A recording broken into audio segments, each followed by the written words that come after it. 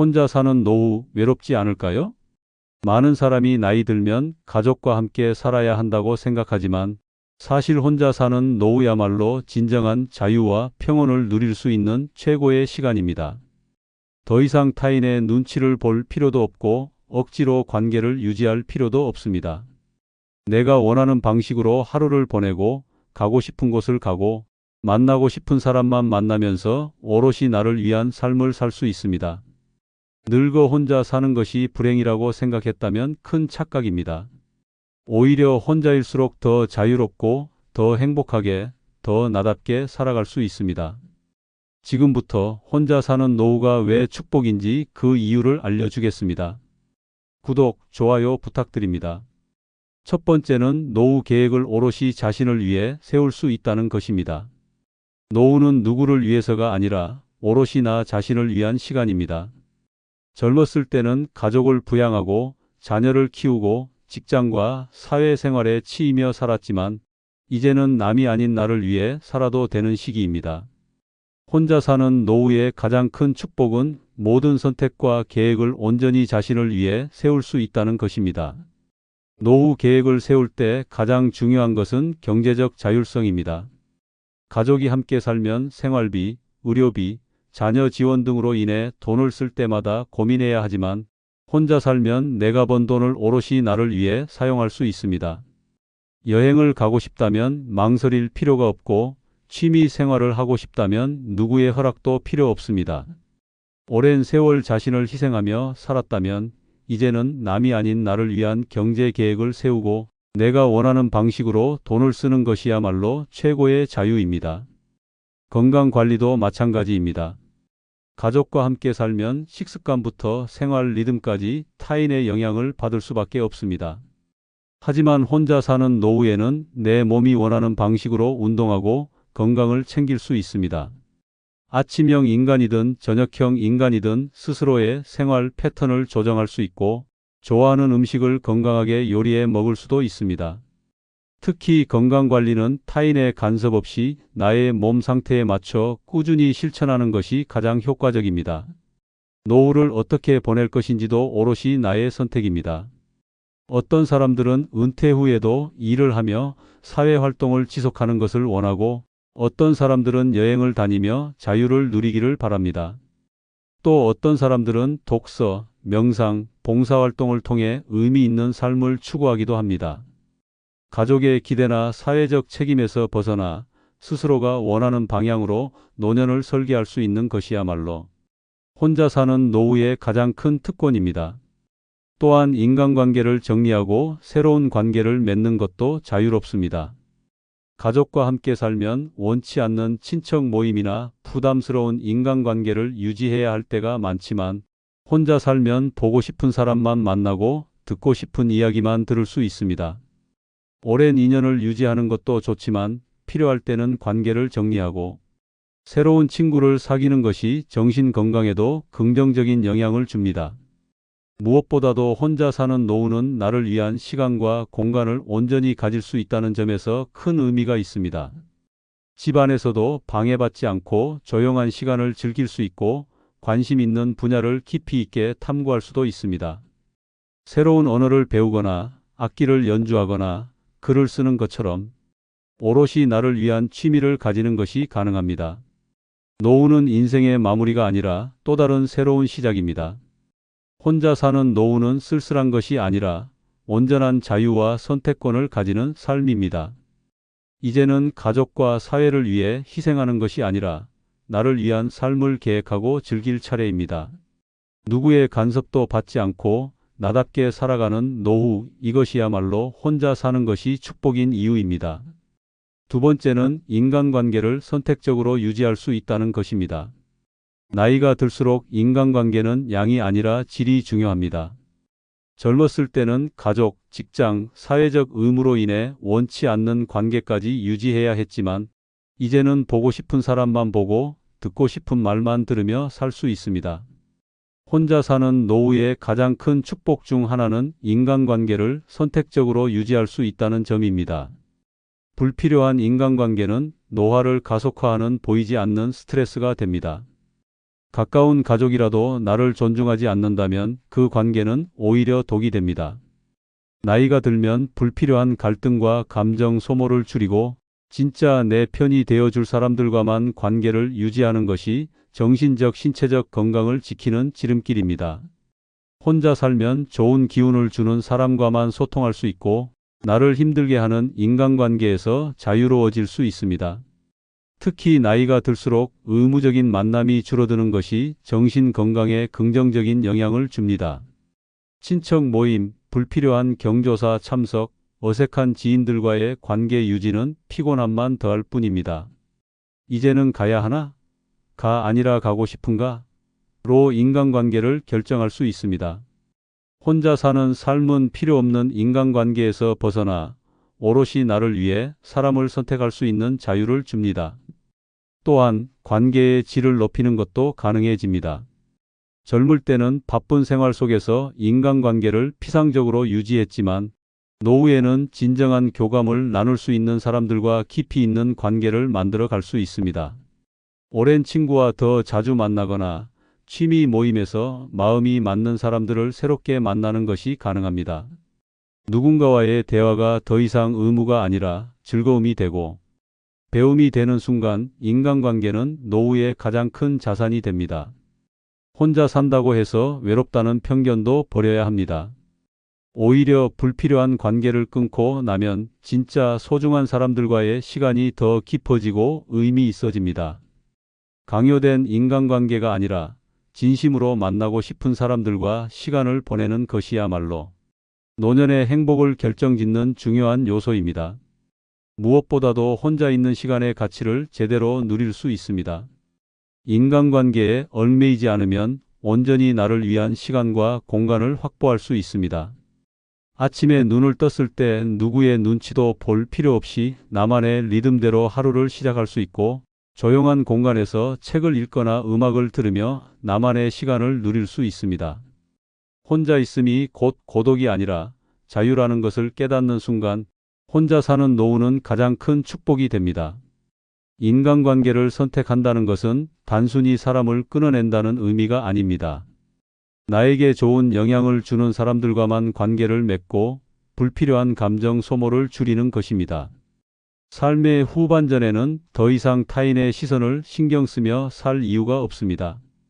나를 존중하는 사람들과 건강한 관계를 맺고 필요할 때만 소통하며 내 삶을 온전히 나답게 살아가는 것, 이것이야말로 혼자 사는 노후가 주는 최고의 자유이자 축복입니다. 세 번째는 건강이 허락하는 한 삶의 마지막까지 나다운 삶을 유지할 수 있다는 것입니다. 나이가 들수록 가장 중요한 것은 나답게 사는 것입니다. 누군가의 기대에 맞추거나 가족에게 의존해야 하는 삶이 아니라 내 의지로 선택하고 내 방식대로 살아가는 것이야말로 가장 큰 자유입니다. 혼자 사는 노후의 축복 중 하나는 건강이 허락하는 한 마지막 순간까지 온전히 나다운 삶을 유지할 수 있다는 점입니다. 가족과 함께 살면 크고 작은 간섭이 따라오기 마련입니다. 식사 시간부터 생활 습관까지 타인의 일정에 맞춰야 하고 때로는 건강 문제까지 가족의 기준에 따라 결정될 때가 많습니다. 하지만 혼자 살면 내 몸 상태와 생활 패턴에 맞춰 최적의 삶을 설계할 수 있습니다. 아침형 인간이든 밤을 즐기는 사람이든 규칙적인 삶을 살든 유연한 일상을 원하든 스스로 선택할 수 있는 자유가 있습니다. 가장 중요한 것은 자신이 원하는 방식으로 건강을 관리할 수 있다는 점입니다. 어떤 사람은 요가를 하고 어떤 사람은 매일 산책을 하고 어떤 사람은 명상을 즐깁니다. 하지만 가족과 함께 살면 왜 그런 운동을 하느냐? 그 나이에 무리하지 마라 같은 불필요한 간섭이 생기기도 합니다. 혼자 사는 노후에는 자신의 몸과 마음에 맞는 건강법을 실천하며 가장 이상적인 컨디션을 유지할 수 있습니다. 또한 식습관도 중요한 요소입니다. 집에 다른 가족이 있으면 식단이 자연스럽게 조정되지만 혼자 살면 철저하게 나의 건강을 중심으로 식사를 계획할 수 있습니다.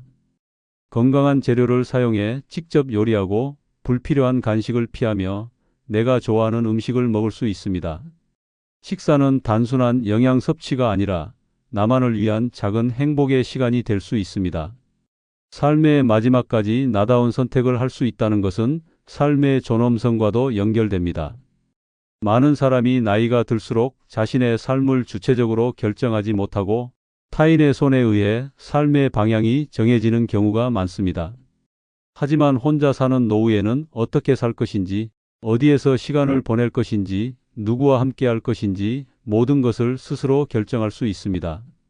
또한 취미나 여가 생활도 온전히 자신의 취향대로 즐길 수 있습니다. 어떤 사람은 독서를 좋아하고 어떤 사람은 그림을 그리고 어떤 사람은 음악을 듣는 것을 좋아합니다.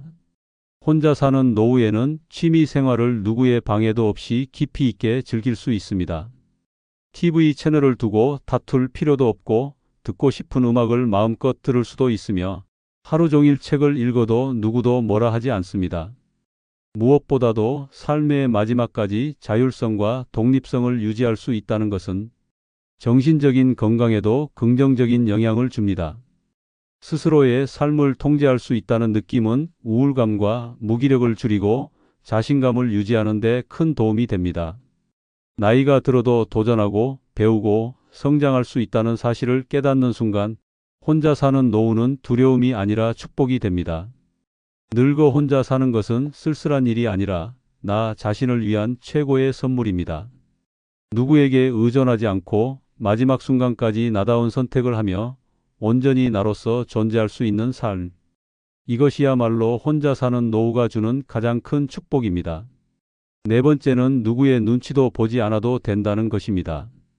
나이가 들수록 가장 큰 자유는 눈치를 보지 않아도 되는 삶입니다. 젊었을 때는 가족, 직장, 사회적 관계 속에서 끊임없이 타인의 시선을 신경 쓰며 살아야 했지만 이제는 오롯이 나를 위한 삶을 살 수 있는 시기입니다. 혼자 사는 노후의 가장 큰 축복 중 하나는 누구의 간섭도, 잔소리도, 강요도 받지 않고 나만의 방식으로 살아갈 수 있다는 점입니다. 가족과 함께 살면 사소한 일에도 타인의 의견을 고려해야 합니다. 늦잠을 자는 것도, TV를 보는 것도, 식사 시간을 정하는 것도 나 혼자 결정할 수 없습니다. 하지만 혼자 살면 아침에 몇 시에 일어나든 하루 종일 파자마 차림으로 있든 내 마음대로 생활 패턴을 조정할 수 있습니다. 늦게까지 책을 읽고 싶다면 읽고 밤에 갑자기 음악이 듣고 싶다면 듣는 것, 이 모든 것이 가능해집니다. 더 이상 가족의 눈치를 보며 살아갈 필요가 없습니다. 식사조차 자유롭습니다. 함께 사는 가족이 있으면 식사 메뉴를 맞춰야 하고 정해진 시간에 함께 밥을 먹어야 하지만 혼자라면 내 입맛과 건강 상태에 맞춰 원하는 음식을 먹을 수 있습니다. 때로는 간단히 빵 한 조각으로 때우고 싶을 수도 있고 어떤 날은 공들여 요리를 하고 싶을 수도 있습니다. 누구의 눈치도 보지 않고 내 기분에 따라 식사하는 즐거움은 혼자 사는 노후의 특별한 혜택입니다. 사소한 생활 습관도 내 마음대로 조정할 수 있습니다. TV 채널을 두고 싸울 일도 없고 집안 정리를 강요당할 일도 없습니다. 원하는 곳에 가구를 배치하고 내 취향대로 공간을 꾸미며 온전히 나에게 맞는 환경을 만들 수 있습니다. 사람들과 함께 살면 작은 행동 하나도 신경이 쓰이지만 혼자 사는 순간부터 내 공간에서만큼은 누구의 간섭도 받지 않는 완벽한 자유를 누릴 수 있습니다. 무엇보다도 감정적으로도 훨씬 편안해집니다. 사람들과 함께 살면 좋은 감정만 오가는 것이 아니라 불필요한 다툼과 갈등도 생기게 마련입니다. 하지만 혼자 살면 나를 힘들게 하는 불필요한 감정 소모가 사라지고 온전히 나를 위한 평온한 시간을 가질 수 있습니다. 화를 낼 일도 줄어들고 괜한 스트레스에 시달릴 일도 없습니다. 사회적 관계에서도 마찬가지입니다. 불필요한 모임이나 인간관계에서 벗어나 보고 싶은 사람만 보고 만나고 싶은 사람만 만나는 것, 이것이야말로 혼자 사는 노후가 주는 가장 큰 자유입니다. 억지로 참석해야 하는 친척 모임, 형식적인 인간관계에서 벗어나 내가 원할 때만 사람을 만나고 필요할 때만 대화를 나누는 것이 가능해집니다. 나이 들수록 중요한 것은 남이 아닌 나를 중심으로 삶을 살아가는 것입니다. 누구의 눈치도 보지 않고 내가 원하는 방식으로 내 삶을 설계하는 것, 이것이야말로 혼자 사는 노후가 주는 최고의 축복입니다. 더 이상 남을 위해 희생하거나 맞춰 살지 않아도 됩니다. 이제는 오롯이 나를 위한 삶을 살 차례입니다.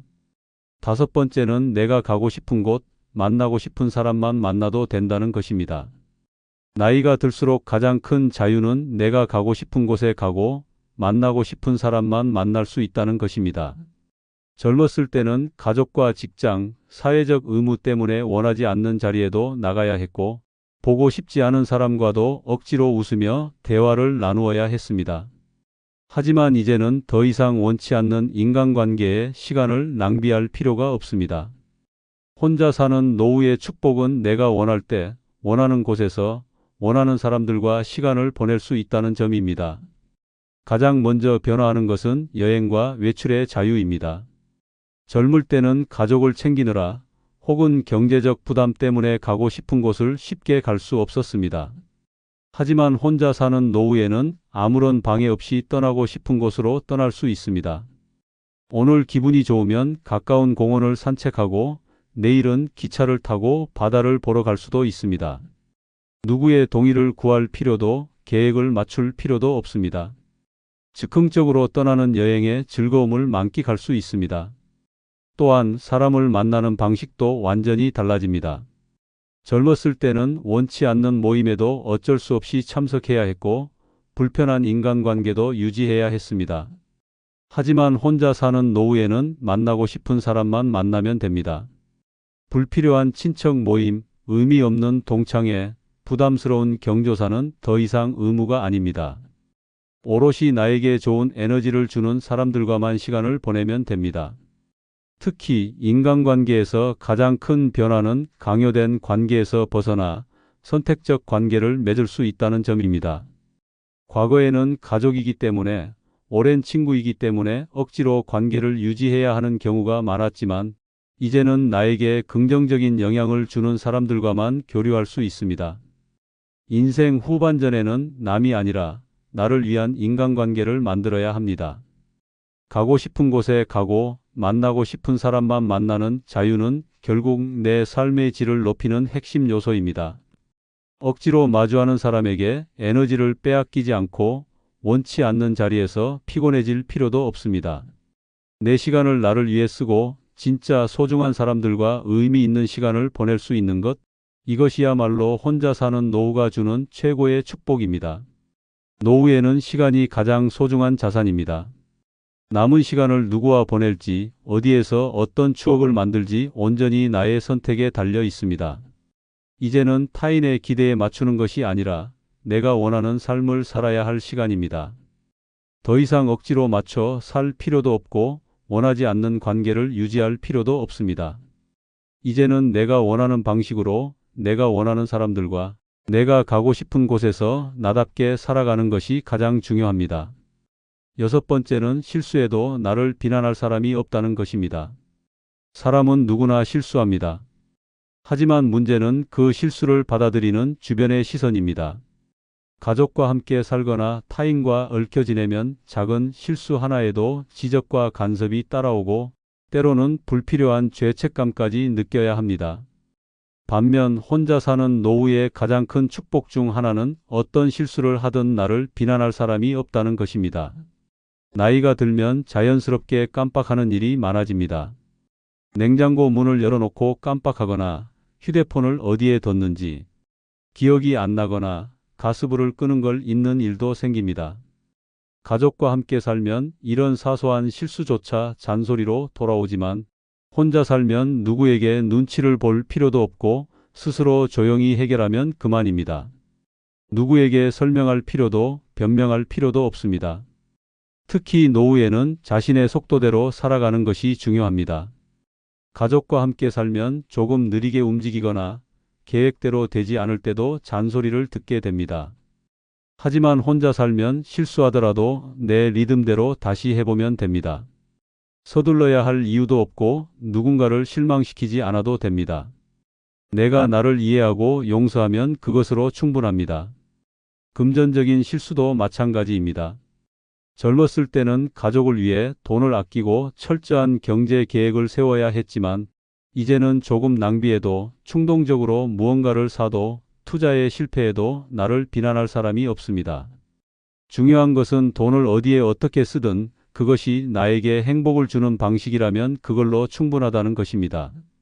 무엇보다도 혼자 사는 노후는 나 자신을 가장 편안하게 받아들일 수 있는 시간입니다. 가족과 함께 살면 실수를 할 때마다 비교당할 수도 있고 그 나이에 왜 그래? 라는 핀잔을 들을 수도 있습니다. 하지만 혼자 살면 실수를 해도 나만 알고 지나갈 수 있고 남들의 기대에 맞추지 않아도 됩니다. 삶을 좀 더 유연하게 받아들이고 실수도 하나의 과정으로 여길 수 있습니다. 남들의 눈치를 보지 않고 나 자신의 실수를 부담 없이 받아들일 수 있는 삶. 이것이야말로 혼자 사는 노후가 주는 가장 큰 자유입니다. 젊었을 때는 실수하면 그에 대한 책임을 져야 하고 사회적 평가에 신경을 써야 했지만 이제는 그럴 필요가 없습니다. 실수해도 괜찮고 넘어져도 다시 일어나면 됩니다. 그리고 무엇보다 중요한 것은 실수 자체를 두려워하지 않아도 된다는 점입니다. 노후는 완벽하게 사는 것이 아니라 편안하고 나답게 사는 것이 중요합니다. 더 이상 실수에 대해 걱정할 필요도 없고 누군가의 평가를 신경 쓸 필요도 없습니다. 이제는 스스로를 가장 편안하게 받아들이며 내 삶을 온전히 나만의 방식으로 살아갈 시간입니다. 실수해도 괜찮은 삶, 이것이야말로 혼자 사는 노후가 주는 가장 큰 축복입니다. 혼자 사는 노후, 외로운 게 아니라 축복이네요. 맞습니다. 혼자라는 것은 자유이며 선택이며 삶을 온전히 나답게 살아갈 수 있는 기회입니다. 가족에게 맞춰 살 필요도 불필요한 인간관계에 얽매일 필요도 없습니다. 내가 원하는 삶을 설계하고 내가 좋아하는 방식으로 하루를 보내며 실수해도 누구의 눈치도 보지 않는 삶. 이것이야말로 진정한 행복 아닐까요? 노후는 불안한 시간이 아니라 가장 자유롭고 충만한 인생의 황금기가 될 수 있습니다. 이제는 남이 아니라 나를 위해 살아야 할 때입니다. 구독, 좋아요 부탁드립니다. 감사합니다. 노년에 재혼을 하면 남은 인생이 더 행복할 거라 믿는 사람들이 많습니다. 혼자 사는 건 외롭고 서로 의지하며 살면 좋지 않을까? 라고 생각하지만 현실은 전혀 다릅니다. 재혼은 단순히 새로운 동반자를 얻는 것이 아니라 불필요한 갈등과 복잡한 문제까지 끌어들이는 위험한 선택이 될 수 있습니다. 노년에 진짜 필요한 것은 재혼이 아니라 자유와 평온한 삶입니다. 오늘 영상은 노년에 재혼이 미친 짓인 5가지 이유를 알아보겠습니다. 먼저 좋아요, 구독 부탁드립니다. 노년에 재혼이 미친 첫 번째 이유는 내가 배우자의 병수발까지 떠맡아야 하는 상황이 벌어질 가능성이 높다는 것입니다. 처음에는 단순한 감기나 피곤함 정도로 시작될 수도 있습니다. 하지만 배우자가 만성질환을 가지고 있거나 시간이 지나면서 건강이 급격히 악화된다면 결국 내가 병간호를 해야 하는 사람이 될 수 있습니다. 한때는 함께 노후를 즐기자며 재혼했지만 현실은 새로운 가족이 아니라 간병인을 얻은 것과 다름없는 상황이 될 수도 있습니다. 노년의 병수발은 단순한 일이 아닙니다.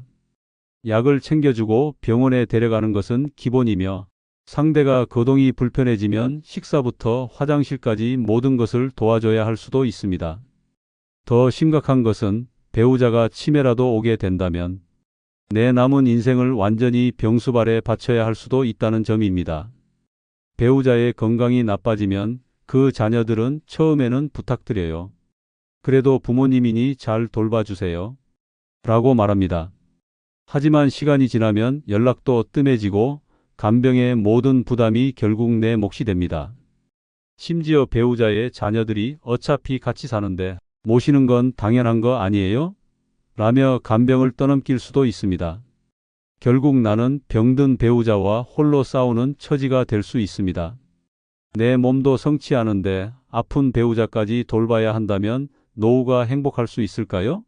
처음에는 서로를 위해 살겠다고 했지만 결국 한쪽이 일방적으로 희생해야 하는 관계가 될 가능성이 높습니다.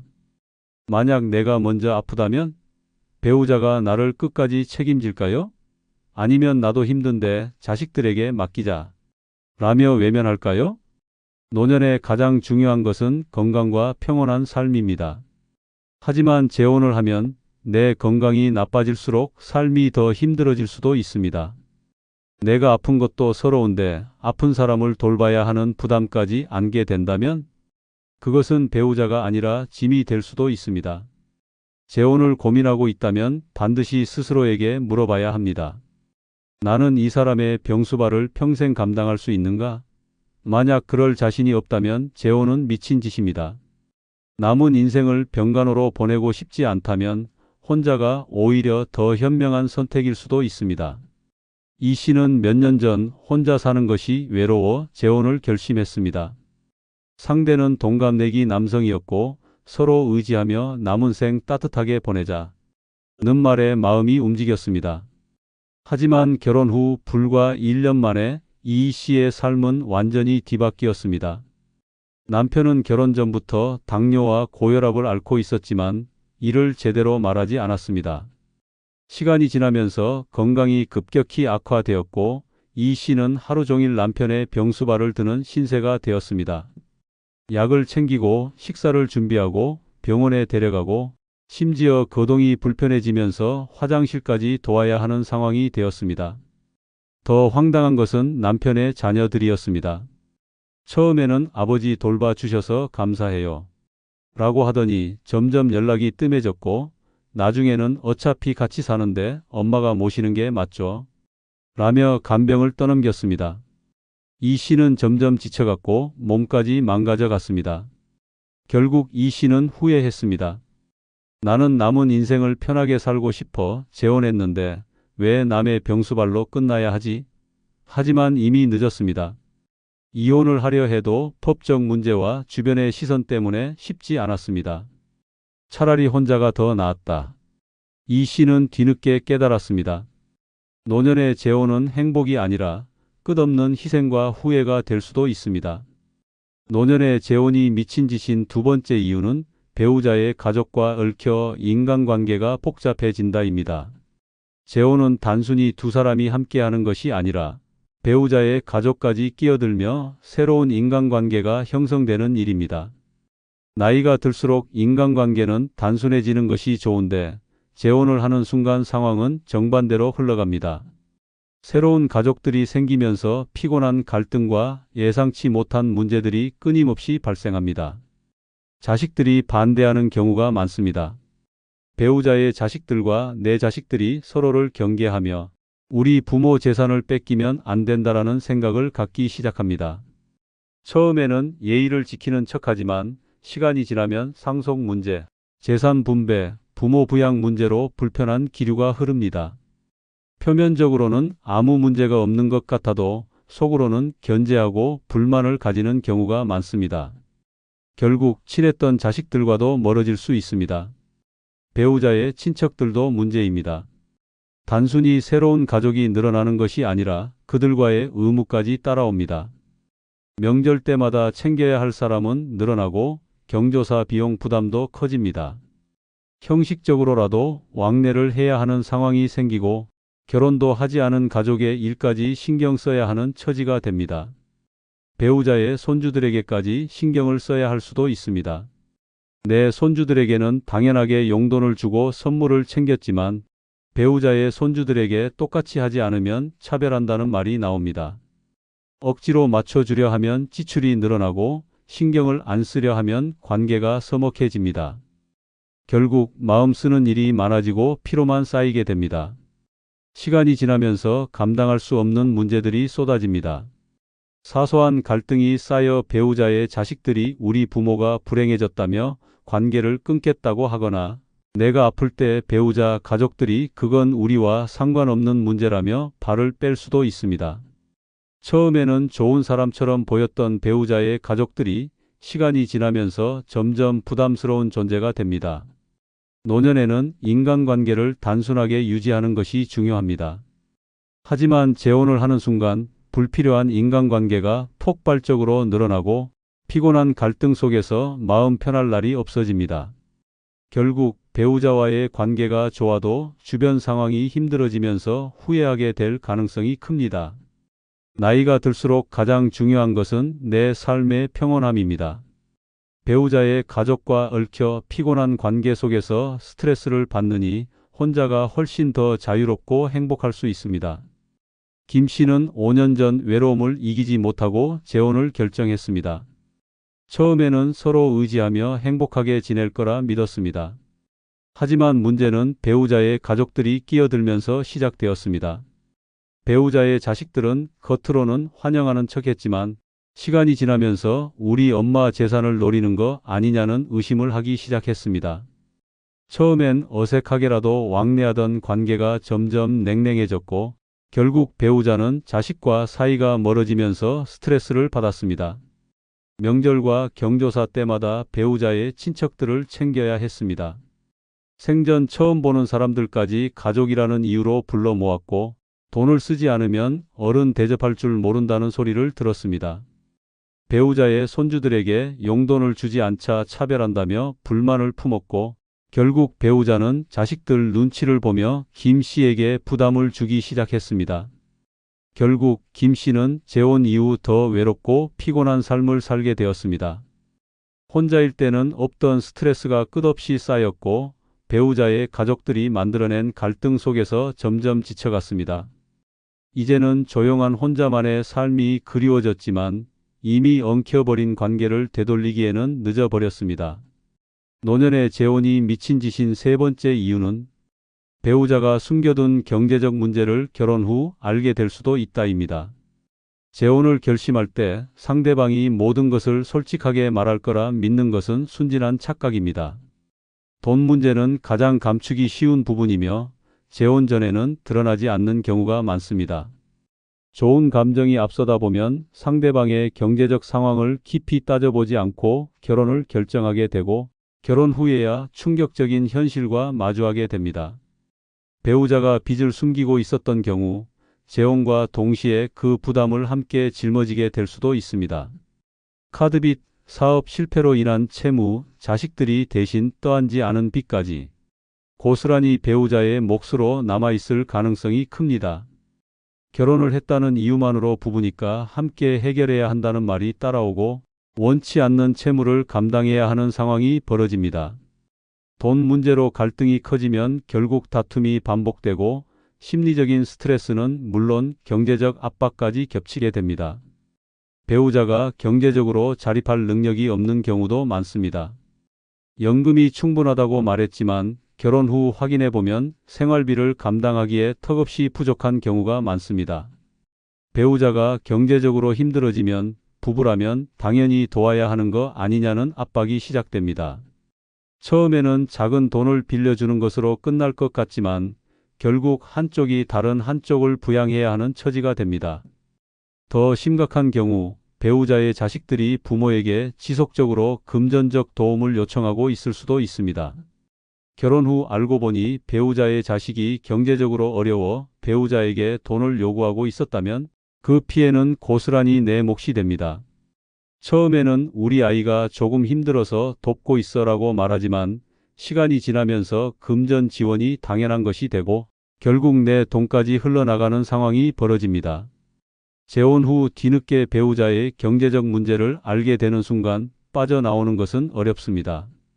나이가 들어 다시 혼자가 되는 것이 두렵고 법적 절차나 재산 문제로 인해 이혼도 쉽지 않게 됩니다. 결국 참고 살든가 모든 것을 포기하고 다시 혼자가 되든가 두 가지 선택만 남게 됩니다. 노년의 삶에서 가장 중요한 것은 경제적 안정입니다. 배우자의 숨겨진 빚이나 경제적 부담을 떠안는 순간 남은 인생은 불행으로 가득 차게 됩니다. 재혼 후 후회하며 돈을 지키려고 발버둥 치느니 처음부터 혼자 사는 것이 훨씬 안전한 선택입니다. 노년에 가장 경계해야 할 것은 돈 문제가 엮이는 관계입니다. 강 씨는 몇 년 전 혼자가 된 뒤 외로움을 이기지 못하고 재혼을 결심했다. 배우자는 경제적으로 자립하고 있다고 말했고 연금도 충분히 나온다고 했다. 함께하면 더 안정적이고 행복한 삶이 될 거라 믿었다. 하지만 결혼 후 끔찍한 현실과 마주하게 되었다. 배우자가 숨기고 있던 빚이 드러났다. 카드빚, 사업 실패로 생긴 채무, 자식들이 대신 갚지 않은 돈까지 모두 남아 있었다. 결혼한 이상 책임을 회피할 수 없었고 배우자의 빚은 곧 이 씨의 부담이 되었다. 매달 채권자들의 톡촉 전화가 쏟아졌고 급기야 연금을 압류당하는 상황까지 발생했다. 더 큰 문제는 배우자의 자식들이었다. 경제적으로 어렵다며 계속 돈을 요구했고 배우자는 부모로서 돕는 게 당연하다며 그 부담을 떠안았다. 결국 이 씨의 돈까지 흘러나갔다. 재혼이 행복을 가져다 줄 거라 믿었지만 결국 남은 것은 끊임없는 빚과 돈 걱정뿐이었다. 그제야 깨달았다. 노년의 가장 어리석은 선택은 배우자의 경제 상황을 확인하지 않고 재혼하는 일이었다. 노년의 재혼이 미친 짓인 네 번째 이유는 내 집에서 내 마음대로 살지 못할 수도 있다입니다. 혼자 살 때는 모든 것이 자유롭습니다. 언제 자고 일어나든 무엇을 먹든 집안을 어떻게 꾸미든 오직 내 마음입니다. 하지만 재혼을 하는 순간 평생 살아온 내 집이 더 이상 내 것만이 아닐 수도 있습니다. 배우자가 들어오면서 생활 방식이 달라지고 사소한 것 하나까지 간섭이 시작됩니다. TV 볼륨을 키우면 왜 이렇게 시끄럽게 보냐라는 말이 돌아오고 식사 시간을 맞추지 않으면 부부끼리 같이 밥도 안 먹냐는 불만이 나옵니다. 한때는 편하게 누워 쉬던 소파조차 더 이상 내 자리가 아닐 수도 있습니다. 배우자의 자식들이 집을 자기들 것처럼 드나들 가능성도 큽니다. 처음에는 예의를 갖추지만 시간이 지나면 우리 부모님이 사시는 집인데 당연히 와도 되죠? 라는 태도를 보입니다. 주말마다 찾아와 냉장고를 열고 내 생활 패턴을 무너뜨리고 마치 자신들의 공간인 것처럼 행동하기 시작합니다. 불편함을 느껴도 배우자가 우리 가족인데 그 정도는 이해해야지라며 두둔하면 반박하기도 어렵습니다. 더 심각한 문제는 재산권까지 침해될 수 있다는 점입니다. 배우자가 생활비를 부담했다는 이유로 이제 이 집은 우리 공동의 공간이다라는 주장을 펼칠 수도 있습니다. 법적으로 보호받는다고 생각해도 끊임없는 갈등 속에서 마음 편히 살 수 없는 환경이 만들어집니다. 자식들이 찾아왔을 때 이 집은 이제 당신들 것만이 아니다라는 말을 듣게 될 수도 있습니다.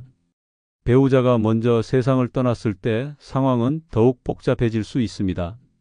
법적으로 배우자의 자식들에게도 상속권이 생길 수 있고 원래는 내 집이었지만 나중에는 떠나야 하는 처지가 될 수도 있습니다. 내 집에서조차 마음대로 살 수 없는 현실이 닥치면 재혼을 후회해도 이미 늦어버립니다. 노년에는 무엇보다 내 공간에서 편안하게 사는 것이 중요합니다.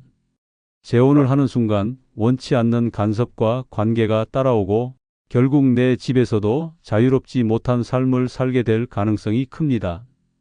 혼자 살면 모든 것이 내 뜻대로 되지만 재혼을 하면 내 집이 더 이상 내 것이 아닐 수도 있습니다. 결국 재혼을 하고 나서야 혼자 살던 때가 훨씬 행복했다는 사실을 깨닫게 됩니다. 내 집에서조차 내 마음대로 살 수 없다면 재혼은 더 이상 행복이 아니라 족쇄가 됩니다.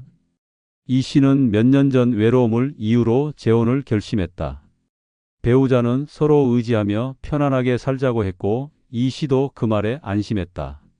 하지만 결혼 후 상황은 완전히 달라졌다. 배우자는 들어오자마자 집 분위기를 바꿔야겠다며 가구를 옮기고 벽지까지 새로 바꾸려 했다. 텔레비전을 보는 시간부터 밥 먹는 방식까지 간섭이 시작되었고 집안 모든 결정에서 이 씨의 의견은 점점 무시되었다. 이제 혼자만의 집이 아니니 함께 맞춰야 한다는 말이 따라왔고 하루하루가 스트레스가 되어갔다. 더 황당한 일은 배우자의 자식들이 집에 들락날락하기 시작하면서 벌어졌다. 처음엔 인사만 하던 자식들이 점점 자주 오더니 어느 날은 이 방은 좀 비워두는 게 어때요? 라며 공간까지 요구했다. 결국 이 씨는 평생 살아온 내 집에서 눈치를 보며 살아가는 신세가 되었다. 그제야 깨달았다. 재혼을 하는 순간 내 집이 더 이상 내 것이 아니라는 사실을. 혼자 살 때는 자유로웠지만 이제는 내 집에서조차 편히 숨 쉴 수 없는 처지가 되어버렸다. 노년의 재혼이 미친 짓인 다섯 번째 이유는 배우자와 성격이 맞지 않으면 나이 들어 이혼도 어렵다입니다. 젊었을 때는 성격이 맞지 않으면 헤어지는 것이 비교적 쉬운 선택입니다.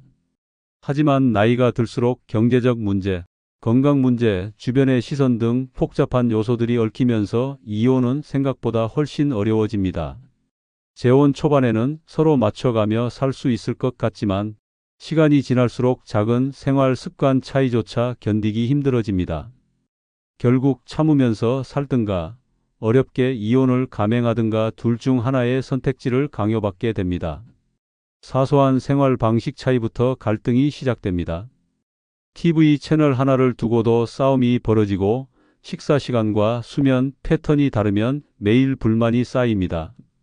배우자가 지나치게 잔소리가 심하거나 강한 자기주장을 내세운다면 노년의 남은 삶이 끝없는 스트레스 속에서 흘러가게 됩니다.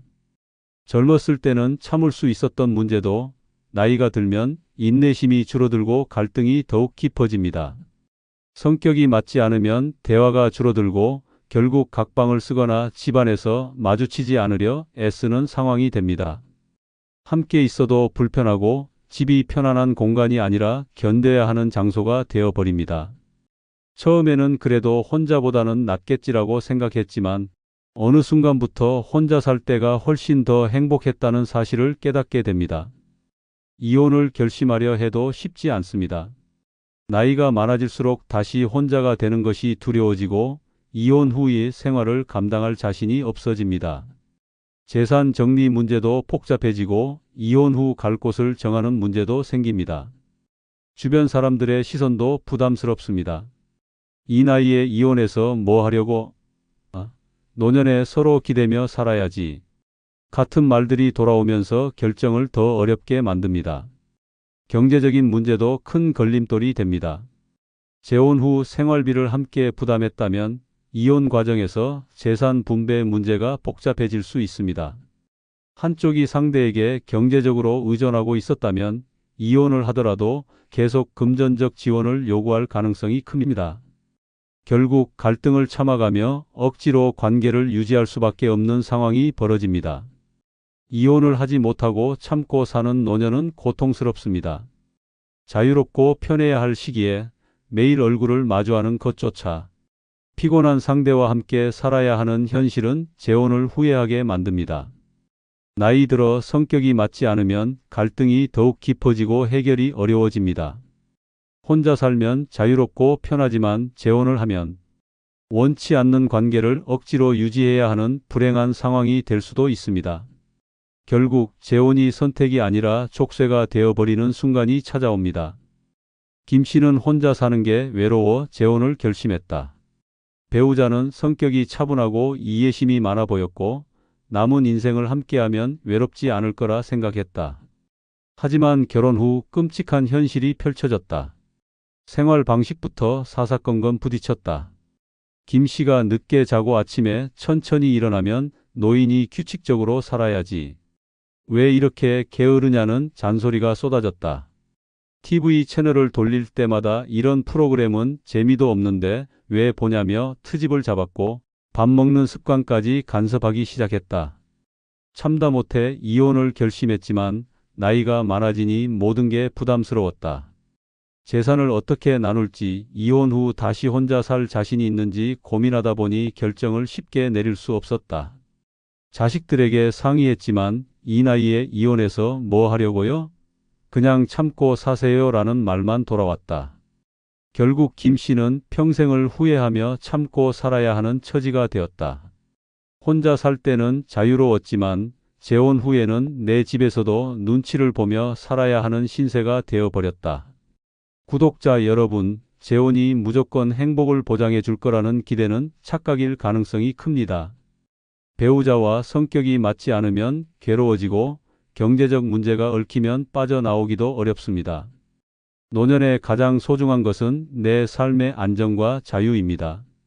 외롭다고 해서 재혼을 선택하면 더 큰 후회를 안고 살아가야 할 수도 있습니다. 혼자가 불행한 것이 아니라 잘못된 관계가 인생을 망칠 수도 있다는 사실을 기억해야 합니다.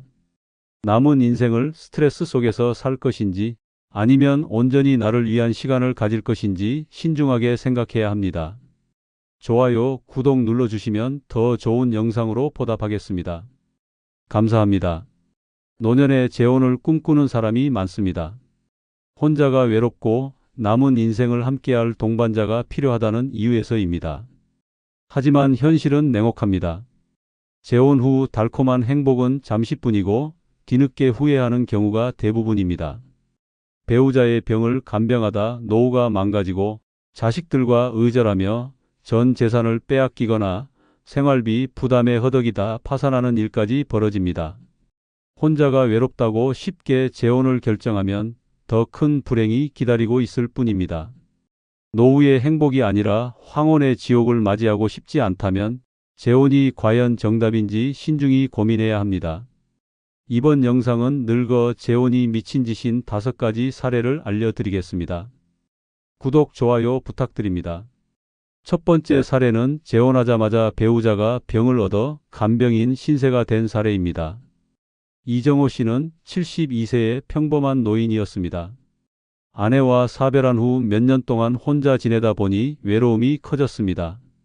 젊었을 때야 바쁘게 살며 외로움을 느낄 틈이 없었지만 나이가 들수록 혼자 밥 먹는 게 힘들었고 명절이나 기념일이 되면 허전함이 몰려왔습니다.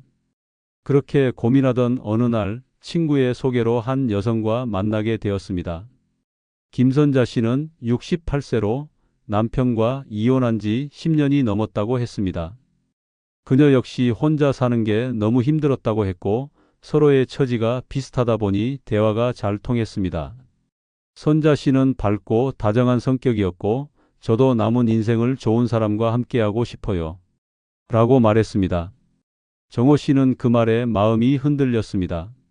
이 사람이라면 함께 노후를 보내도 괜찮겠다는 생각이 들었습니다.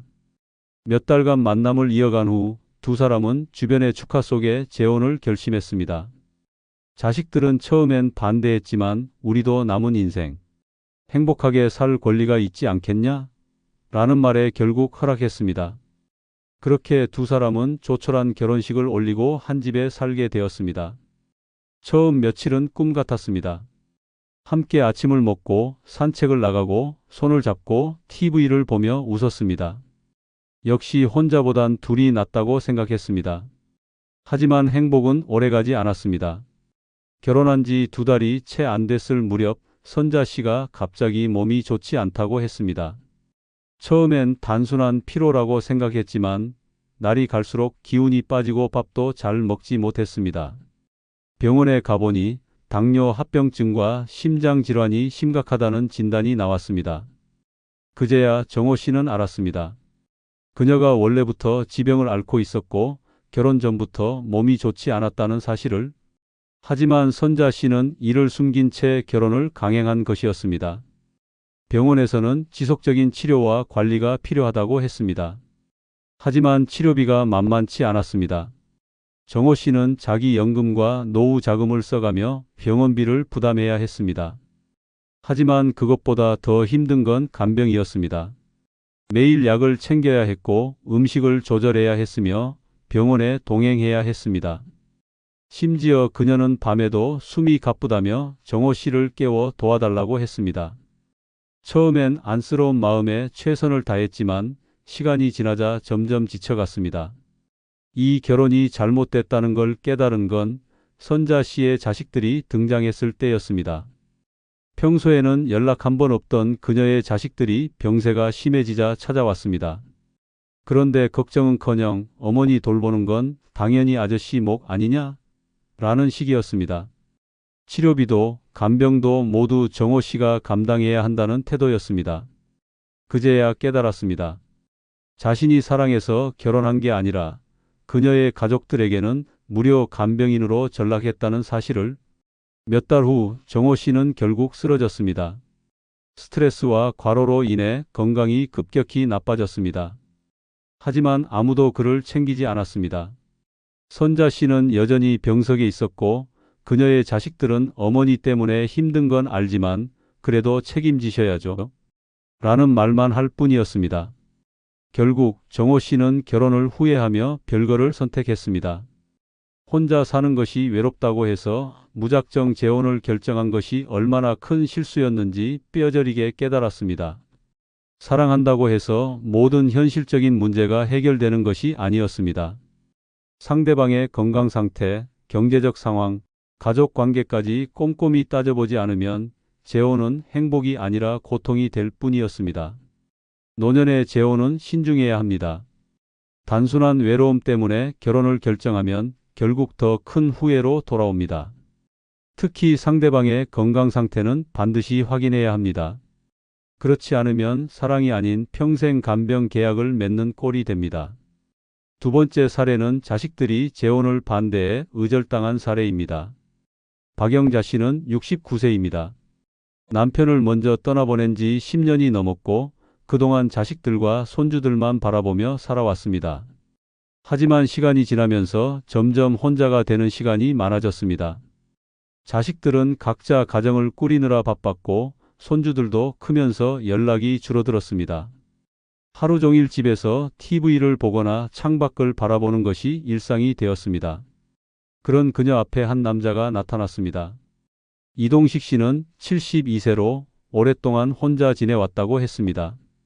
동네 경로당에서 우연히 마주치면서 몇 마디 나누던 사이였는데 하루는 그가 다가와 먼저 말을 걸었습니다. 박 여사님, 우리 나이쯤 되면 혼자가 제일 힘든 거 아닙니까? 라는 말에 가슴이 철렁했습니다. 혼자가 너무 외로웠습니다. 그날 이후 두 사람은 자주 만났습니다.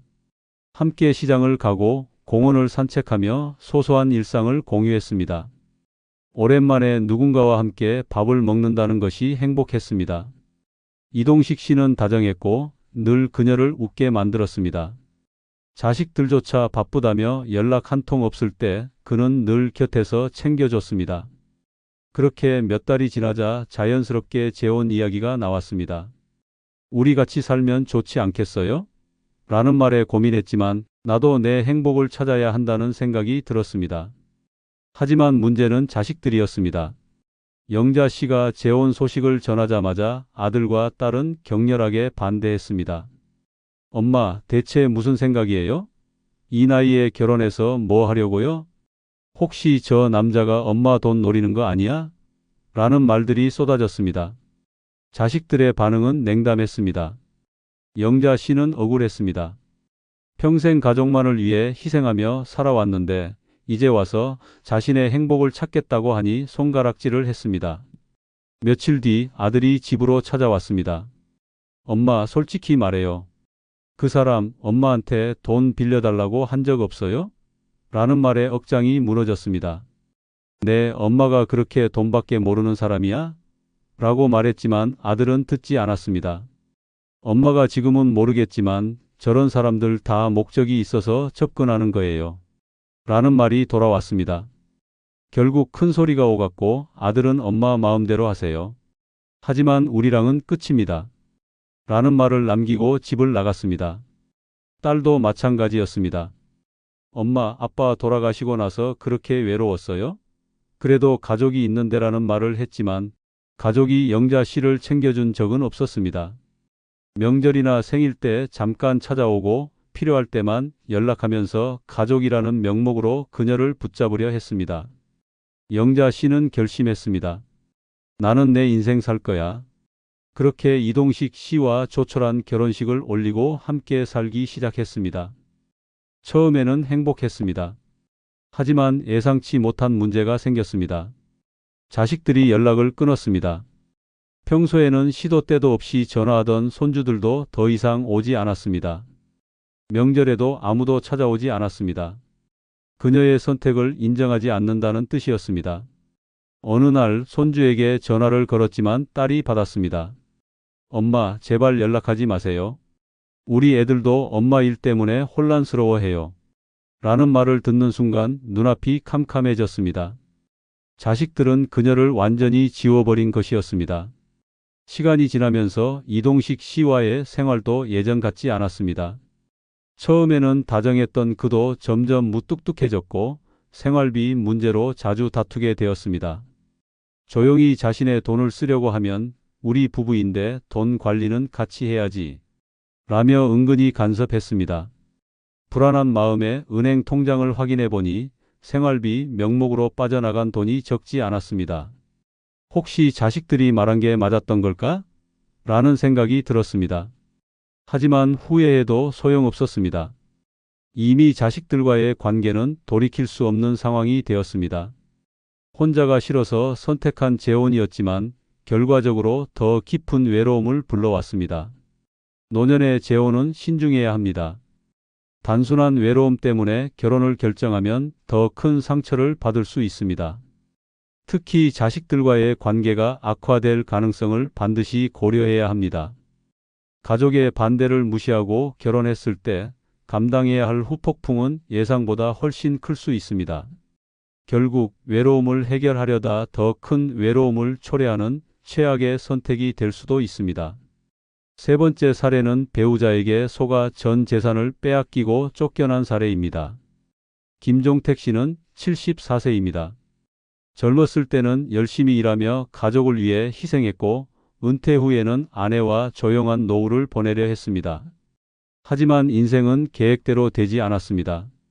아내가 병을 얻어 먼저 세상을 떠났고 자식들은 각자의 삶이 바쁘다며 점점 연락이 줄어들었습니다. 혼자 사는 날이 길어지면서 외로움이 커졌고 이렇게 쓸쓸하게 늙어가는 게 맞는 걸까? 하는 생각이 들었습니다. 그러던 어느 날 동네 지인의 소개로 한 여성을 만났습니다. 이명숙 씨는 67세로 성격이 밝고 다정한 사람이었습니다. 그녀는 말했습니다. 혼자는 너무 외롭죠? 저도 그래요. 그 말이 가슴 깊이 박혔습니다. 대화가 잘 통했고 오랜만에 누군가와 함께 웃으며 시간을 보냈습니다. 몇 번 만나고 나니 이 사람과 함께라면 더 이상 외롭지 않겠다는 생각이 들었습니다. 몇 개월간 만남을 이어가던 중 명숙 씨가 조심스럽게 말을 꺼냈습니다. 우리 이렇게 좋게 만나는데 서로 의지하며 살면 더 행복하지 않을까요? 결혼 이야기였습니다. 김종택 씨는 고민했지만 혼자 쓸쓸히 죽어가는 것보다는 누군가와 함께하는 것이 낫겠다고 생각했습니다.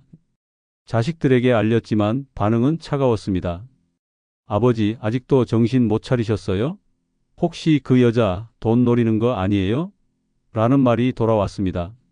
하지만 사랑하는 사람을 의심하는 것은 비열한 짓이라 생각했습니다. 결국 반대에도 불구하고 결혼을 강행했습니다. 결혼 후 몇 달간은 행복했습니다. 함께 밥을 먹고 산책을 하고 집안일도 나눠서 하면서 오랜만에 가정의 따뜻함을 느꼈습니다. 하지만 얼마 지나지 않아 이상한 기운이 감돌기 시작했습니다. 어느 날 명숙 씨가 말을 꺼냈습니다. 당신 명의로 된 집이 있으면 나중에 법적으로 복잡해질 수도 있어요. 우리 부부인데 재산도 함께 관리하는 게 좋지 않겠어요? 처음에는 뜬금없는 말이라 생각했지만 그녀는 내가 당신을 떠나려고 그러는 게 아니라 서로 믿고 살자는 의미라며 설득했습니다. 김종택 씨는 부부 사이에 신뢰가 중요하지라는 생각으로 그녀의 말을 따랐습니다. 그러던 어느 날 김종택 씨가 은행에서 돈을 찾으려 하자 이상한 점을 발견했습니다. 계좌에 있어야 할 돈이 사라져 있었습니다. 당황해 재산 상황을 확인해 보니 명숙 씨가 생활비 명목으로 조금씩 인출한 것이 아니라 큰 금액이 빠져나간 것이었습니다. 그리고 집 문서를 확인해 보니 소유주가 바뀌어 있었습니다.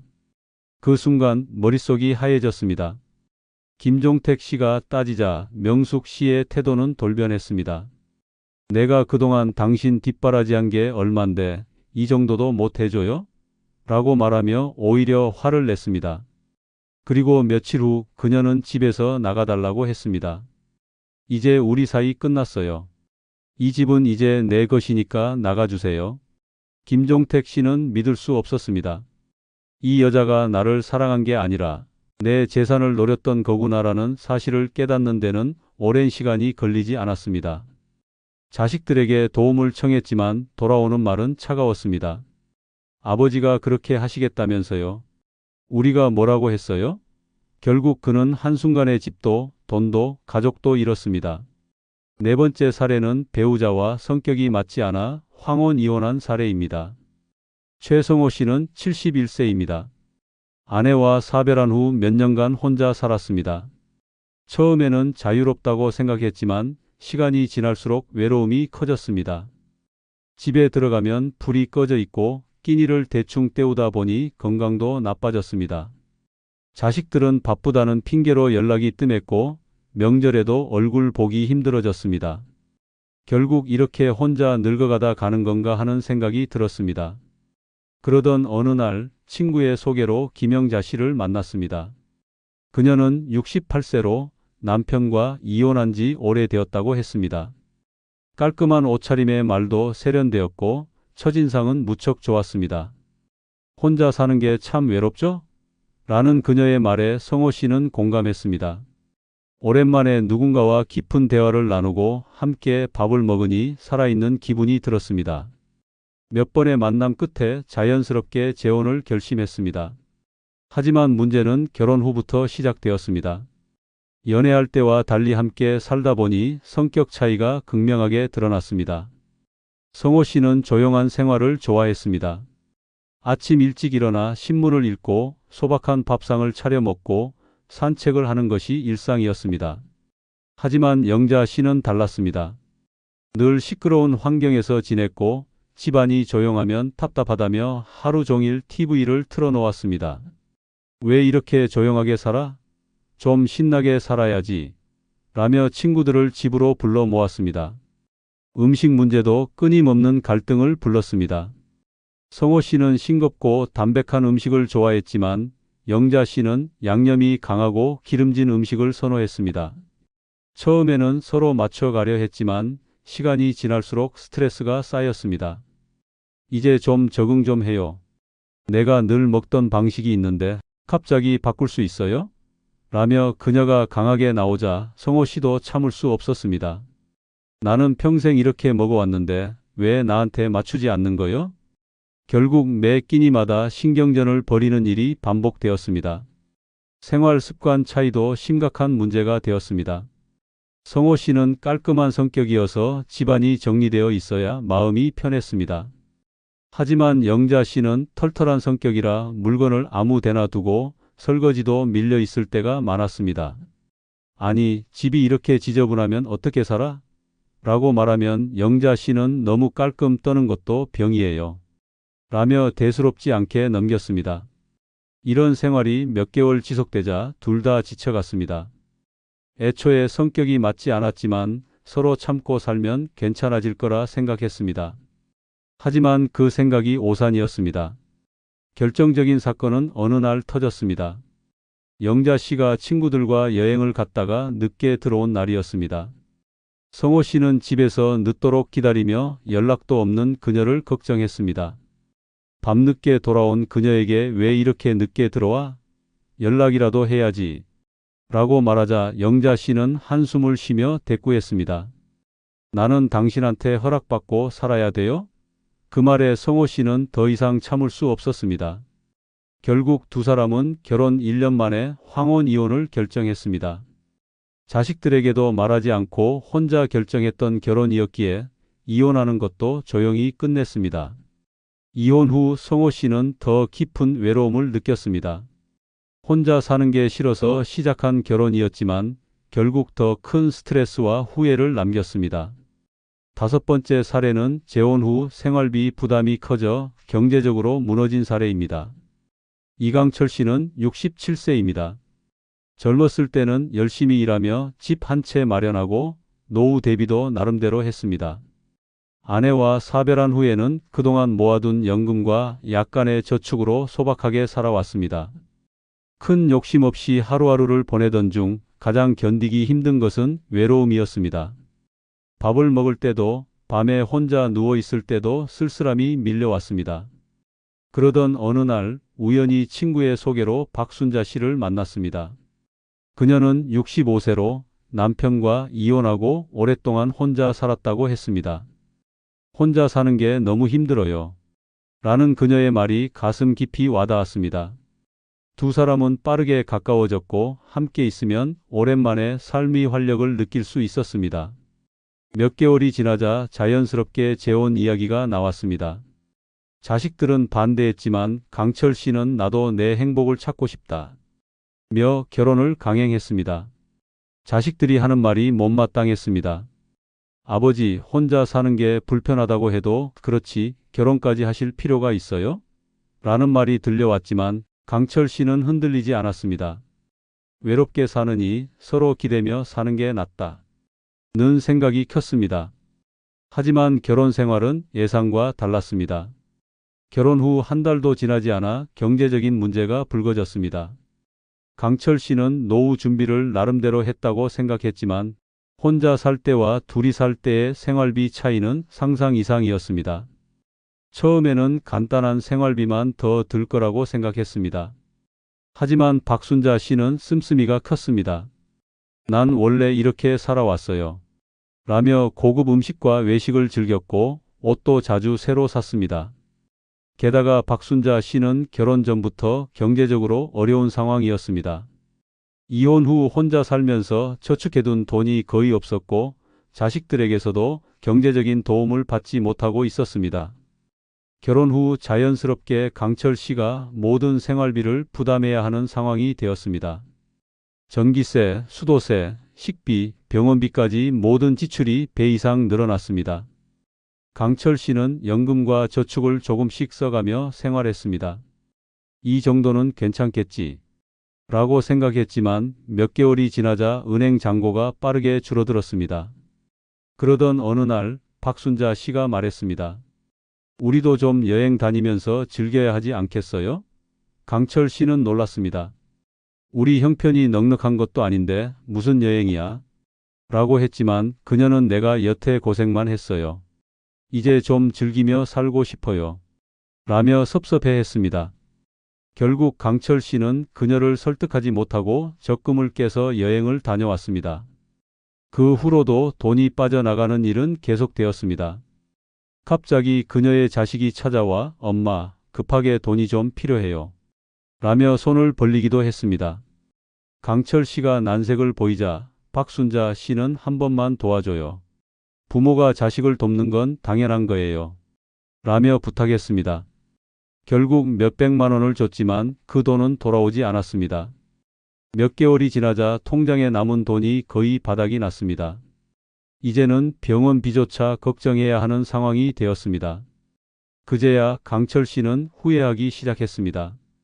혼자 살 때는 부족함 없이 지냈지만 재혼 후 생활비가 폭등하면서 경제적으로 무너졌습니다. 결국 그는 박순자 씨에게 조심스럽게 생활비 문제를 이야기했습니다. 우리 지출을 조금 줄여야 할 것 같아요. 라고 말하자 그녀는 화를 냈습니다. 결혼할 때부터 알았잖아요. 난 이렇게 살아온 사람이에요. 지금 와서 갑자기 바꾸라는 거예요? 라는 말이 돌아왔습니다.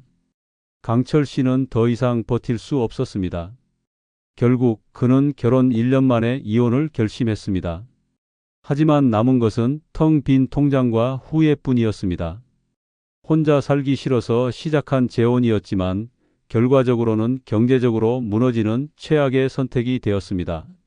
노년의 재혼을 결정할 때는 반드시 경제적인 부분을 따져봐야 합니다. 단순히 외롭다는 이유로 재혼하면 한순간에 모든 재산을 잃을 수도 있습니다. 상대방의 씀씀이, 경제적 상황, 생활 습관까지 철저하게 고려하지 않으면 재혼은 행복이 아니라 재앙이 될 수 있습니다. 구독, 좋아요 해주시면 더 좋은 영상으로 찾아뵙겠습니다. 항상 건강하십시오. 전원생활? 한적하고 좋지 않나요? 많은 사람이 은퇴 후 전원생활을 꿈꿉니다. 공기 좋고 조용하고 여유로운 삶을 기대합니다. 하지만 현실은 전혀 다릅니다. 생각지도 못한 불편함과 고립감, 그리고 생존의 문제까지 직면하게 됩니다. 응급 상황이 생겨도 병원까지 1시간이 넘게 걸리고 텃밭을 가꾸는 낭만은 허리와 무릎을 망가뜨리는 노동이 됩니다. 한때 자주 보던 자식들도 거리가 멀어서라는 핑계를 대며 점점 찾아오지 않습니다. 도시에서는 신경 쓰지 않던 것들이 전원 생활에서는 목숨을 위협할 수도 있습니다. 이곳이 정말 평온한 안식처가 될까요? 아니면 고립된 생존의 공간이 될까요? 전원 생활이 위험한 이유 6가지를 냉정하게 들여다보겠습니다. 좋아요, 구독 부탁드립니다. 은퇴 후 전원 생활이 위험한 첫 번째 이유는 의료시설이 부족해 응급 상황에 취약하기 때문입니다. 많은 사람이 은퇴 후 전원 생활을 꿈꿉니다. 맑은 공기, 조용한 환경, 여유로운 삶을 기대하며 도시를 떠납니다. 하지만 현실은 다릅니다. 특히 의료시설 부족 문제는 생명을 위협할 수 있을 정도로 심각합니다. 젊을 때는 큰 병원이 필요 없을 수도 있지만 나이가 들면 상황이 달라집니다. 고혈압, 당뇨, 관절염 같은 만성 질환은 물론이고 언제든 응급 상황이 발생할 수 있습니다. 하지만 전원 생활을 선택한 순간 병원까지 가는 길이 멀고 험난해집니다. 응급 상황이 발생하면 빠른 치료가 생사를 가릅니다. 뇌졸중이나 심근경색은 골든타임 1시간 안에 치료해야 하지만 전원 생활을 하면 이 시간을 맞추기 어렵습니다. 응급차를 불러도 도착하는 데만 30분 이상 걸릴 수 있으며 가까운 병원이 있어도 전문적인 치료가 불가능한 경우가 많습니다. 결국 큰 병원이 있는 도시까지 이동해야 하며 이 과정에서 치료 시기를 놓칠 위험이 커집니다. 가까운 병원이 있어도 문제가 됩니다. 대부분 작은 의원 수준이라 기본적인 진료만 가능하고 정밀검사나 수술이 필요한 경우 다시 도시로 나가야 합니다. 갑자기 심한 가슴 통증이 와서 병원을 찾았는데 우리 병원에서는 검사할 장비가 없으니 큰 병원으로 가세요 라는 말을 듣고 다시 이동해야 한다면 환자는 더욱 위험한 상태가 될 수밖에 없습니다. 정기검진과 치료가 어려워지는 것도 문제입니다. 건강을 유지하려면 지속적인 관리가 필요하지만 전원 생활을 하면 병원에 가는 것이 점점 귀찮아지고 불편해집니다. 한번 나가려면 하루가 걸리니 다음에 가야지 하다가 건강을 방치하게 되는 경우가 많습니다. 그렇게 병을 키운 후 병원을 찾지만 이미 손을 쓰기 어려운 상태가 되기도 합니다. 약을 구하는 것도 쉽지 않습니다. 시골에는 약국이 부족하고 운영시간도 짧아 간단한 감기약 하나 사려 해도 차를 타고 먼 거리를 나가야 하는 경우가 많습니다. 만약 당뇨나 고혈압 같은 만성질환을 앓고 있다면 정기적으로 약을 구하는 것조차 번거로운 일이 될 수 있습니다. 전원 생활이 아무리 평화롭고 좋아 보여도 의료 인프라가 부족하다는 치명적인 단점이 있습니다. 나이가 들수록 건강 문제가 잦아지는데 위급한 순간에 병원까지 가는 시간이 길어지면 생명을 잃을 수도 있습니다. 은퇴 후 전원 생활을 고려하고 있다면 반드시 응급 상황이 발생했을 때 병원까지 얼마나 걸리는지 의료 환경이 어떤지를 철저히 따져봐야 합니다. 그렇지 않으면 평온한 전원 생활이 아니라 위험한 생존 싸움이 될 수도 있습니다. 박모 씨는 평생 꿈꿔온 전원 생활을 위해 도시를 떠났습니다. 공기 좋고 조용한 시골에서 남은 생을 보내고 싶었습니다. 하지만 은퇴 3년 만에 그 선택을 후회하게 되었습니다. 어느 날 새벽 갑자기 가슴이 쥐어짜는 듯한 극심한 통증이 찾아왔습니다. 숨쉬기도 어려워 응급차를 불렀지만 구급차가 도착하는 데만 40분이 걸렸습니다. 겨우 도착한 병원에서는 우리 병원에는 심장 전문의가 없으니 큰 병원으로 가셔야 합니다. 라는 말을 들었습니다. 다시 1시간 넘게 도로를 달렸고 결국 병원에 도착했을 때는 이미 골든타임을 놓친 상태였습니다. 그 후유증으로 박 씨는 몸이 불편해졌고 자녀들은 다시 도시로 돌아오라고 했습니다. 하지만 이미 집을 팔고 내려온 터라 쉽게 떠날 수도 없었습니다. 은퇴 후 꿈꿨던 전원 생활이 결국 의료 사각지대에서 버티는 싸움이 되어버린 것입니다.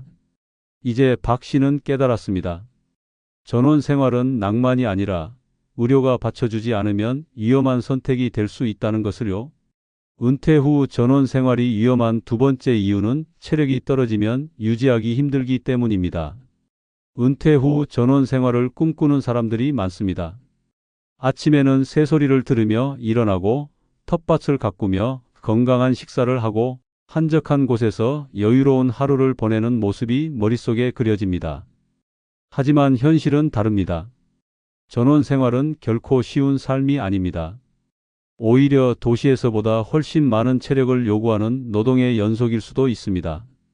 전원주택은 스스로 관리해야 할 것이 많습니다. 텃밭을 가꾸고 마당을 정리하고 집 주변을 청소하는 일들이 생각보다 훨씬 고된 작업입니다. 도시에서는 버튼 하나만 누르면 해결되던 난방도 시골에서는 장작을 패거나 기름 보일러를 채워야 할 수도 있습니다. 겨울철 폭설이라도 내리면 집 앞 눈을 치우는 것만으로도 하루가 힘들어질 수 있습니다. 젊을 때는 이런 일들이 대수롭지 않게 느껴질 수도 있습니다. 하지만 나이가 들면 체력은 점점 떨어지고 몸은 예전 같지 않습니다. 허리는 자주 결리고 무릎은 시큰거리고 작은 일에도 쉽게 지칩니다. 처음에는 스스로 모든 걸 할 수 있을 거라 생각했지만 나이가 들수록 집을 관리하는 것이 점점 버거워집니다. 결국 텃밭은 잡초가 무성해지고 마당은 엉망이 되고 집 안 곳곳이 점점 방치되기 시작합니다. 이웃에게 도움을 요청하는 것도 쉽지 않습니다. 도시는 청소업체나 수리업체를 부르면 금방 해결되지만 시골은 사정이 다릅니다. 전문 업체가 없거나 불러도 며칠씩 기다려야 하는 경우가 많습니다. 몸이 불편해도 직접 해결할 수밖에 없고 결국 작은 문제 하나도 큰 스트레스로 다가옵니다. 운전이 필수라는 점도 문제입니다. 도시에서는 대중교통이 잘 갖춰져 있어 차 없이도 생활이 가능하지만 전원 생활을 하면 차량이 없으면 아무것도 할 수 없습니다. 체력이 떨어져 운전이 힘들어지거나 시력이 나빠져 면허를 반납해야 하는 상황이 오면 생활 자체가 어려워집니다. 병원 가는 일도 시장 보는 일도 단순한 외출조차도 힘들어지면서 점점 집 안에 갇히게 됩니다. 결국 체력이 떨어지면 전원 생활은 더 이상 여유로운 삶이 아니라 살아남기 위해 버텨야 하는 삶이 될 수도 있습니다. 초반에는 할만해도 나이가 들수록 점점 더 어려워지는 것이 전원 생활의 현실입니다. 은퇴 후 전원 생활을 고려하고 있다면 지금의 체력이 아니라 10년 후, 20년 후의 체력을 생각해야 합니다. 지금은 모든 걸 할 수 있을 것 같지만 노년이 될수록 단순한 집 관리조차도 감당하기 어려울 수 있습니다. 체력이 뒷받침되지 않는 전원 생활은 결국 고립된 삶이 될 가능성이 높습니다. 전원 생활은 로망이 아니라 체력이 있어야 가능한 현실입니다. 도시에서는 힘이 없어도 살 수 있지만 전원 생활은 체력이 없으면 유지할 수 없습니다. 이제는 감당할 수 있는 삶을 선택해야 할 때입니다. 김영수 씨는 은퇴 후 전원 생활을 꿈꾸며 시골로 내려갔습니다. 공기 좋고 조용한 곳에서 텃밭을 가꾸며 건강하게 살 생각이었습니다. 처음 몇 년은 모든 것이 만족스러웠습니다. 직접 기른 채소로 식사를 하고 나무를 손질하며 하루하루를 보냈습니다. 하지만 나이가 들면서 상황이 달라졌습니다. 어느 날 마당을 정리하다 허리를 삐끗한 후부터 허리 통증이 심해져 점점 움직이는 것이 어려워졌습니다. 텃밭은 잡초가 무성해졌고 마당은 정리할 힘이 없어 점점 엉망이 되었습니다. 겨울이 되자 상황은 더욱 악화되었습니다. 눈이 쌓였지만 치울 힘이 없었고 난방유를 채우러 가는 것도 고역이었습니다. 도움을 요청하려 했지만 가까운 이웃도 없었고 집을 봐줄 사람도 없었습니다. 도시에서는 전화 한 통이면 해결되던 일이 여기서는 그조차도 어려웠습니다. 결국 김 씨는 도시로 돌아가기로 결심했습니다. 하지만 집이 잘 팔리지 않아 발이 묶였고 결국 불편한 몸을 이끌고 버티는 수밖에 없었습니다. 그제야 깨달았습니다. 전원 생활은 젊을 때는 즐거울지 몰라도 나이가 들면 버텨야 하는 삶이 될 수도 있다는 것을요. 은퇴 후 전원 생활이 위험한 세 번째 이유는 막상 살다 보면 무료하고 지루할 수 있기 때문입니다. 은퇴 후 많은 사람이 전원 생활을 꿈꿉니다. 도시의 복잡한 삶을 벗어나 자연 속에서 여유를 즐기며 살고 싶다는 기대감에 부풀어 있습니다. 하지만 현실은 다릅니다. 아무리 공기가 맑고 경치가 좋아도 하루 이틀이지 결국 지루함과 무료함이 엄청난 스트레스로 다가올 수 있습니다. 전원 생활의 가장 큰 문제는 시간이 너무 많다는 것입니다.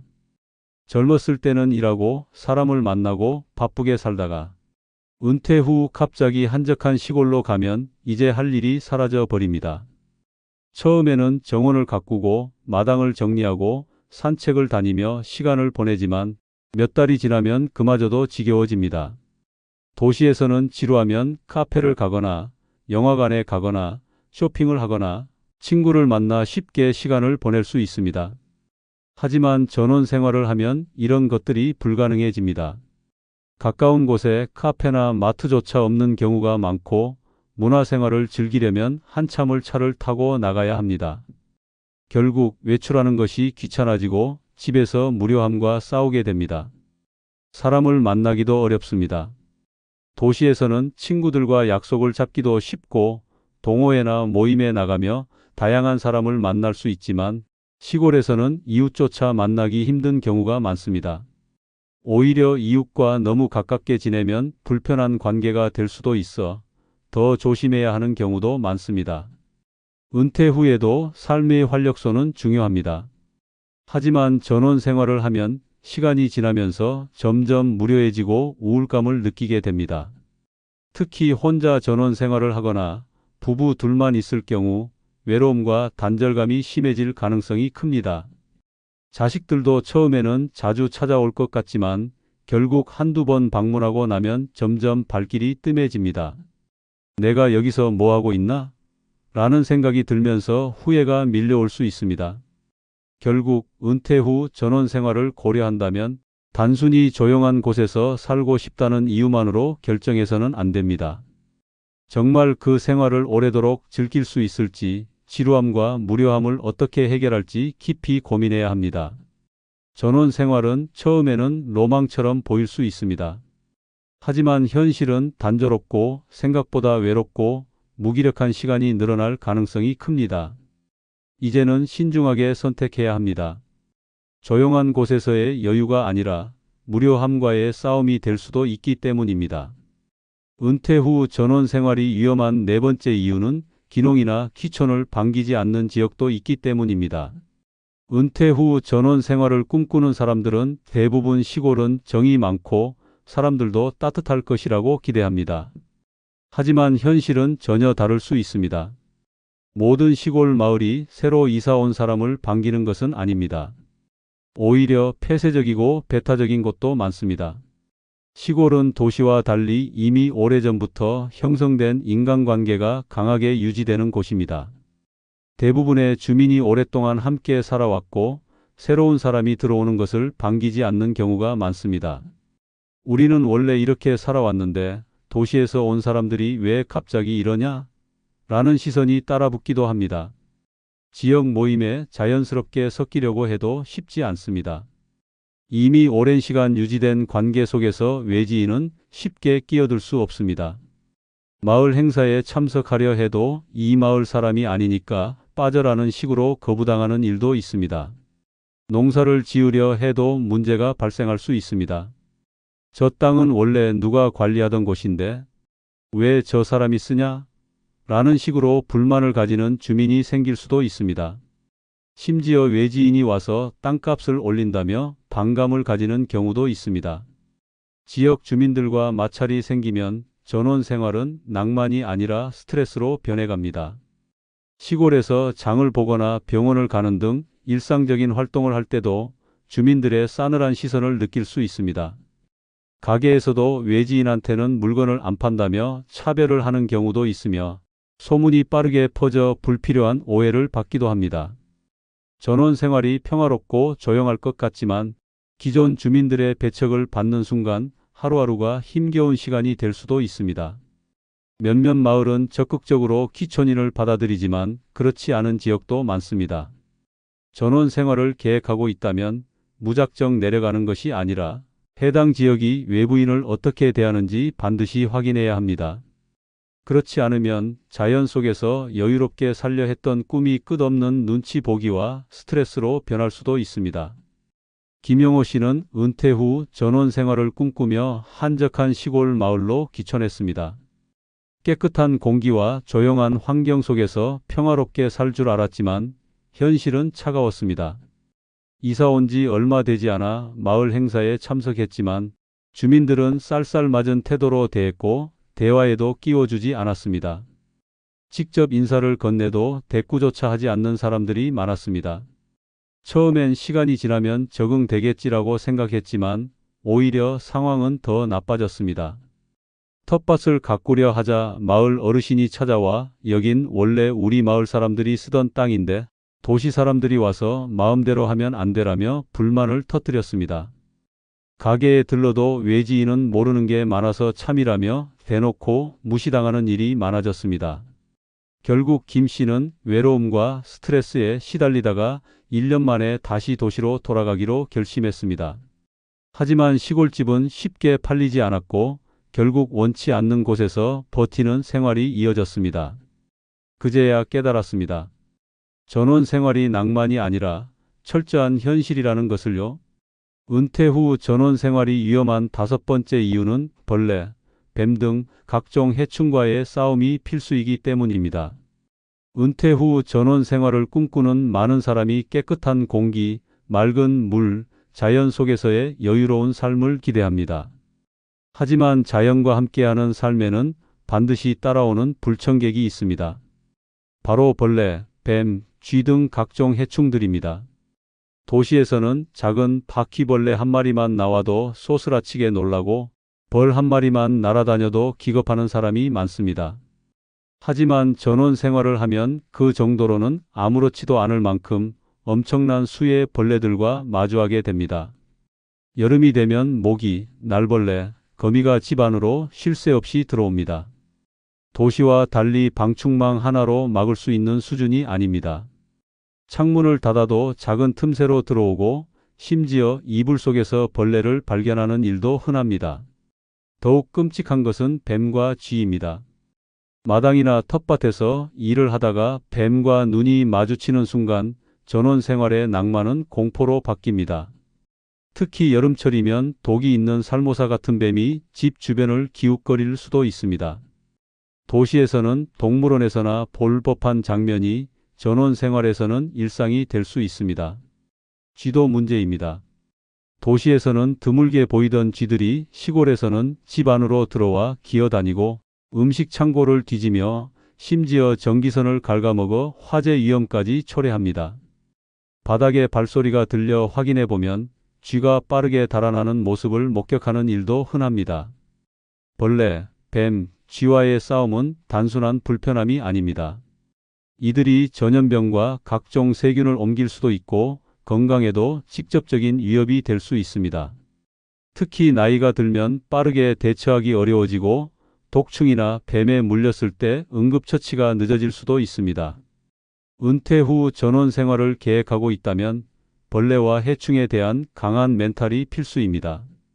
작은 벌레에도 예민한 사람이라면 전원 생활은 결코 낭만적이지 않을 것입니다. 전원 생활은 공기만 맑고 좋은 곳이 아닙니다. 도시에서는 상상도 못했던 벌레와 해충과의 끝없는 싸움이 기다리고 있습니다. 자연을 즐기려면 그 속에서 함께 살아가는 불청객들도 감당할 수 있어야 합니다. 김정수 씨는 은퇴 후 조용한 전원 생활을 꿈꾸며 시골로 내려갔습니다.